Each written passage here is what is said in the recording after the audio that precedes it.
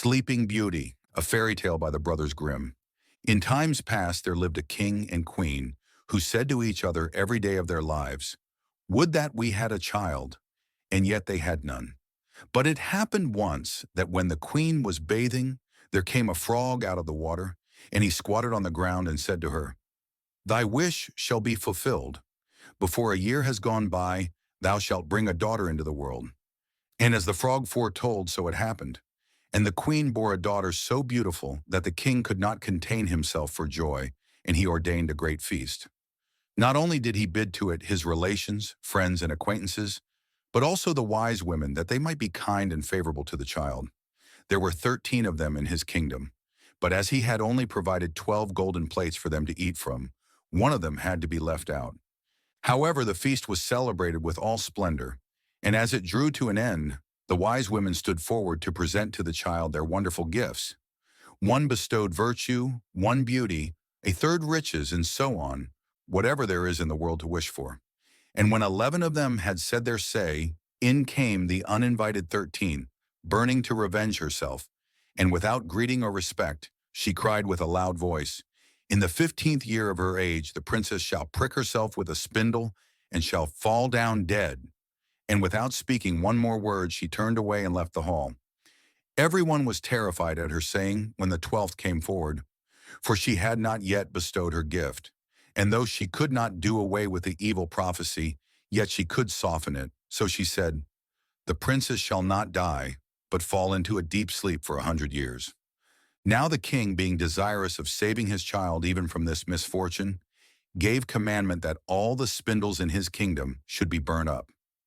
The maiden grew up, adorned with all the gifts of the wise women, and she was so lovely, modest, sweet, and kind and clever that no one who saw her could help loving her. It happened one day, she being already 15 years old, that the king and queen rode abroad, and the maiden was left behind alone in the castle. She wandered about into all the nooks and corners, and into all the chambers and parlors, as the fancy took her, till at last she came to an old tower. She climbed the narrow winding stair which led to a little door with a rusty key sticking out of the lock.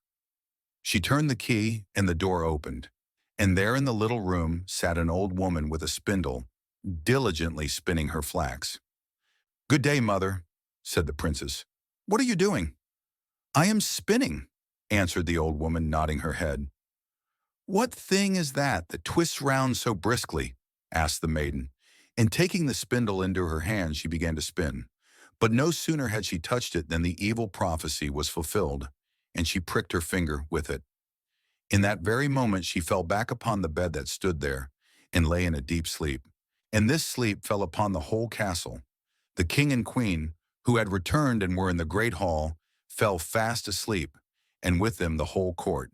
The horses in their stalls, the dogs in the yard, the pigeons on the roof, the flies on the wall, the very fire that flickered on the hearth became still and slept like the rest. And the meat on the spit ceased roasting, and the cook, who was going to pull the scullion's hair for some mistake he had made, let him go and went to sleep. And the wind ceased, and not a leaf fell from the trees about the castle. Then round about that place there grew a hedge of thorns, thicker every year, until at last the whole castle was hidden from view, and nothing of it could be seen but the vane on the roof. And a rumor went abroad in all that country of the beautiful sleeping Rosamond, for so was the princess called. And from time to time many kings' sons came and tried to force their way through the hedge. But it was impossible for them to do so, for the thorns held fast together like strong hands, and the young men were caught by them, and not being able to get free, there died a lamentable death. Many a long year afterwards there came a king's son into that country, and heard an old man tell how there should be a castle standing behind the hedge of thorns, and that there a beautiful enchanted princess named Rosamond had slept for 100 years, and with her the king and queen, and the whole court.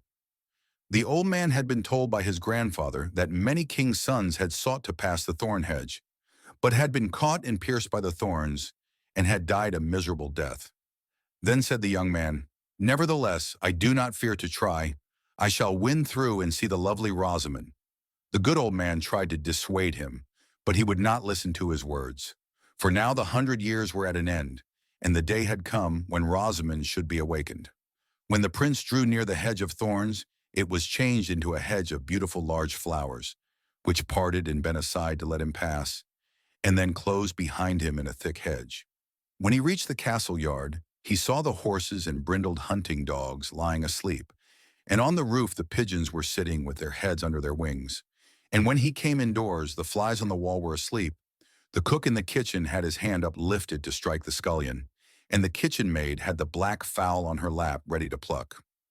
Then he mounted higher and saw in the hall the whole court lying asleep, and above them, on their thrones, slept the king and the queen. And still he went farther, and all was so quiet that he could hear his own breathing. And at last he came to the tower, and went up the winding stair, and opened the door of the little room where Rosamond lay. And when he saw her looking so lovely in her sleep, he could not turn away his eyes. And presently he stooped and kissed her. And she awaked, and opened her eyes, and looked very kindly on him. And she rose, and they went forth together. And the king and the queen and whole court waked up, and gazed on each other with great eyes of wonderment. And the horses in the yard got up and shook themselves. The hounds sprang up and wagged their tails. The pigeons on the roof drew their heads from under their wings, looked round, and flew into the field. The flies on the wall crept on a little farther.